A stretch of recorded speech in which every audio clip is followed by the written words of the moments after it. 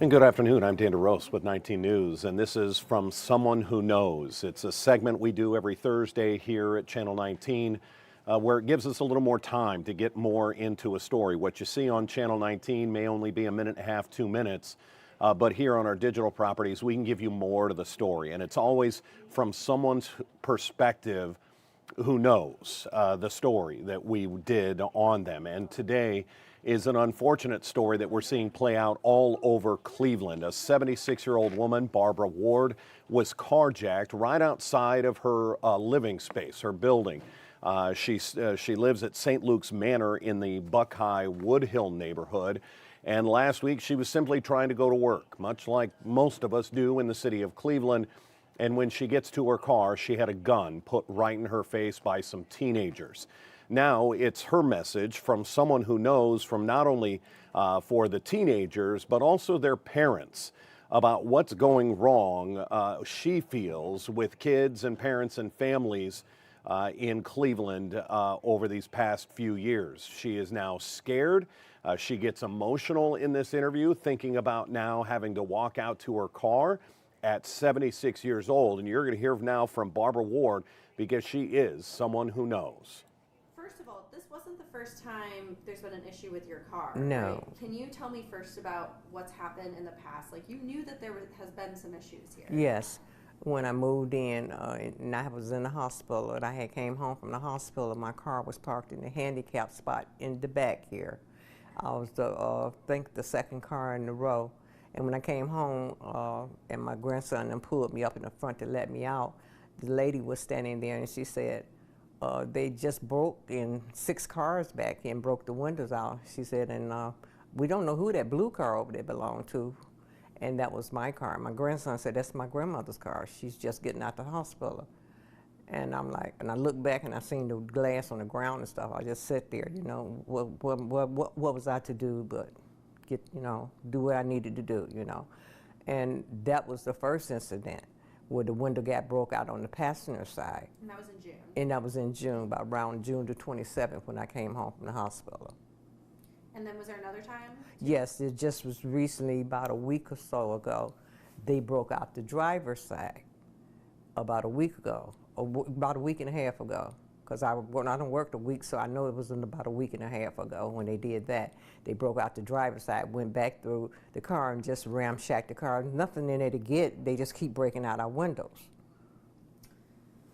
Okay, so can you just sort of take me back to 3 days ago and just take me through what happened, you know, it's the best of your ability. Okay, well, I will, when I got ready for work, I said, well, I'll leave out about maybe a quarter till. And then I said, maybe tonight I'll crank my car up to heat it up a little bit. So I sit in the window right here and I cranked the car up. I said, I'm just gonna let it run about maybe 10 minutes to get the oil warm enough to when I get downstairs, I don't have to sit that long. And then I turned it off, and then I went on and went out the door and went downstairs. And but when I was sitting up here, like, it looked like it was a hole in the plastic. I'm not going to say what I had did before then because I don't want to give them no ideas. A hole in the because you were just yeah, kind of bashed out. Yes. So you were, there was plastic. Yeah, on it was plastic, and it looked like it was a hole in it. So, but when I got down to the car, I said, maybe the wind did. And like, who did this? And as I got closer to the car, I seen it was a great big hole in the plastic. I'm like, oh. So I opened up the driver's side door, and I looked in, and all my stuff was out the glove compartment, was all over the seat and the floor and stuff. So I went around on the other side, picked the stuff up, put it back in the glove compartment, and I'm looking around as I'm doing it. I don't see nobody. And then I got my rollator. I said, well, there's nothing I can do about it until I get to work. So I got my rollator, folded it up, put it in the car, and once I got it in the car, I walked back around the car and got on the driver's side. And when I got on the driver's side, I heard somebody saying, when I was getting ready, reaching for my keys to pop my thing so I can put the key in the ignition, they said, give me your keys, give me your keys, give me your keys right now. You get out the car, get out the car. And I wasn't moving fast enough for him, so he snatched the door up, and then I looked, and there was another one on the other side of me, and both of them had the guns pointed at me. And I'm like, I didn't know what to do. So I wasn't moving fast enough for him. So when he got in the car, and he was tugging for my keys to give me, and I wouldn't give them to him. So we was tugging with the keys, and I was holding them real tight. He had me bent over the armrests and stuff, and we were just tugging with the keys. And So he finally got they pulled him, and some of the keys came off, which may be still in the car, I don't know. And then then the other boy, he kept telling the other boy, hit her, hit her, hit her, hit her. And the boy stood there, and I can tell that this boy that was on me was taller, because his foot, he was bracing up against something to hold me down like he was, because he had me pinned down over the seat. And the boy that was standing on the other side of the gun, he had the gun at the side, but he never raised the gun to hit me. He wouldn't do it. And so but he did reach his hand, and it helped him to pull my fingers loose from my keys. So they got my keys out my hand, and then once he got my keys, he told me, he said, now get out the car, get out now. I said, so I got out. And I said, well, hold on. I said, can I get my rollator out the back? I said, because I need that to walk with. He said, get your SHIT stuff now. Get your stuff. Get it. And so by the time I got around the car and opened up the back door to get my rollator out the car, they didn't give me a chance enough to do it and they had took my bag and had set that bag on the ground next to the passenger front door. And the bag was still sitting there, so when they got ready to take off with the car, he bagged the car up, knocked me and the rollator on the ground. And when I fell on the ground, he pulled up, rolled over the bag, and the bag stopped the car from going forward, and my feet was laying there on the side. I must have been sideways, it had to be. And they bagged the car up, and the wheel went over my foot, they ran my foot over. And I was just sitting there on the ground, and then when he ran my foot over, he ran over the bag, and they took off out the drive and stole my car. I'm so sorry. What were you thinking when they pulled those guns? Have you ever had anything like this happen? No. I mean, what was going through your mind? It had to be terrifying. It was terrifying. I was traumatized behind that, because I didn't believe what had just happened to me. And now I'm sitting down here on this ground, and then the first thing I started thinking was, I need to call the police. I need to call the police. They didn't get my bag. And so I was hollering, help me, somebody help me, help me. And the man that was standing in front of the building here, he came on over there to me, and I asked my sister, I said, they just took my car. I said, can you give me my bag over there so I can get my phone was in my bag. So they didn't break it, and I was able to dial 911. And then once the paramedics got here, and the fire department and the police, they got here, the paramedic helped me to call OnStar to stop my car, you know. So I had the OnStar on there, and they could cut it off wherever they was at, you know. And the police got the information from me when they got here, and they got my car back the same night it wasn't even 2 hours. Did they catch the guys? Yes, and they caught all three of them. It was an adult with them too. So it was young kid? Yeah, it was two young boys and an adult. Now, where they got him from, I don't know. I never seen but the two boys. I don't know where the adult came from. How frustrated does this make you? I mean, I'm very frustrated, because now I'm scared going out to work at nighttime now. So, and something needs to be done about this here. This building got to step up and do something, because they're collecting our rent money every month. And then we should have some more protection than what we get in here. I can't keep going through this here, and them keep on breaking out the windows out there and stuff. That's coming out of our pocket. They're not footing that bill. We are. It's not fair. Have you had to pay, or has insurance, No, I didn't even get in touch with the insurance company for my insurance to go up, no. I just went on and paid for it and got my car both times and got my window fixed. Does this bother you? I mean, so often we're seeing it's like young people who are deciding to do something so awful. Yes. You're somebody's, you're yes. in your 70s, yes. you're doing your best. Yes. What is your reaction to the fact these kids are doing this? I just don't know. I don't know what to say about the situation. But something needs to be done. They need a boot camp for these kids. Stop putting these kids in detention home.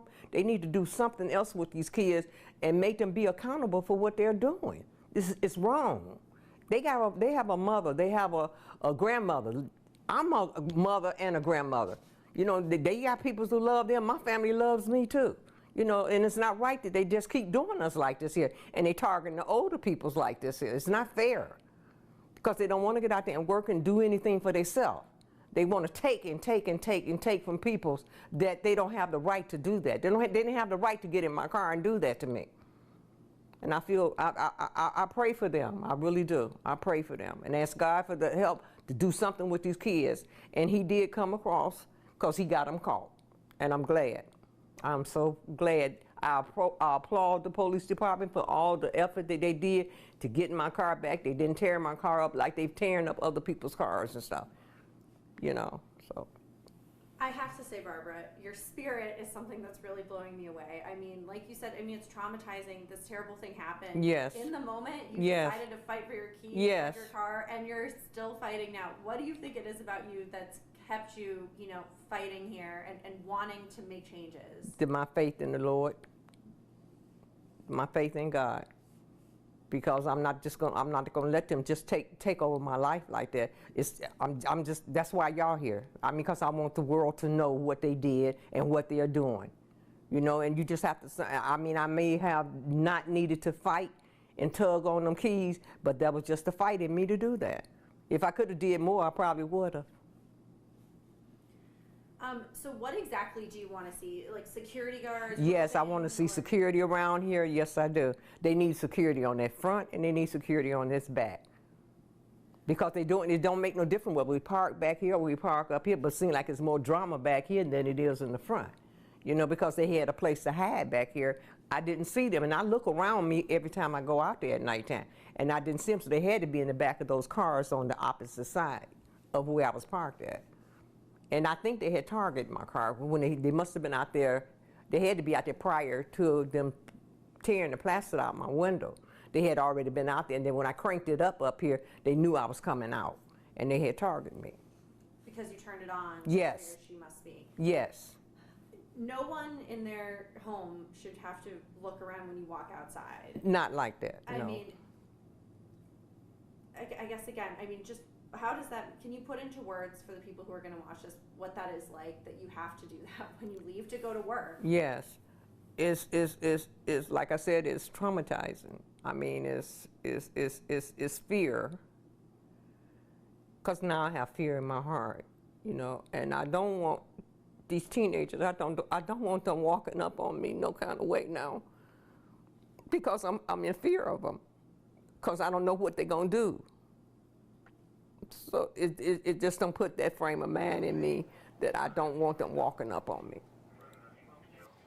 Literally from someone who knows. Barbara Ward, obviously not physically harmed, but she has fear in her heart. She is traumatized because some teenager decided to put a gun in her face for her car, a car that was recovered 2 hours later. The arrests were made.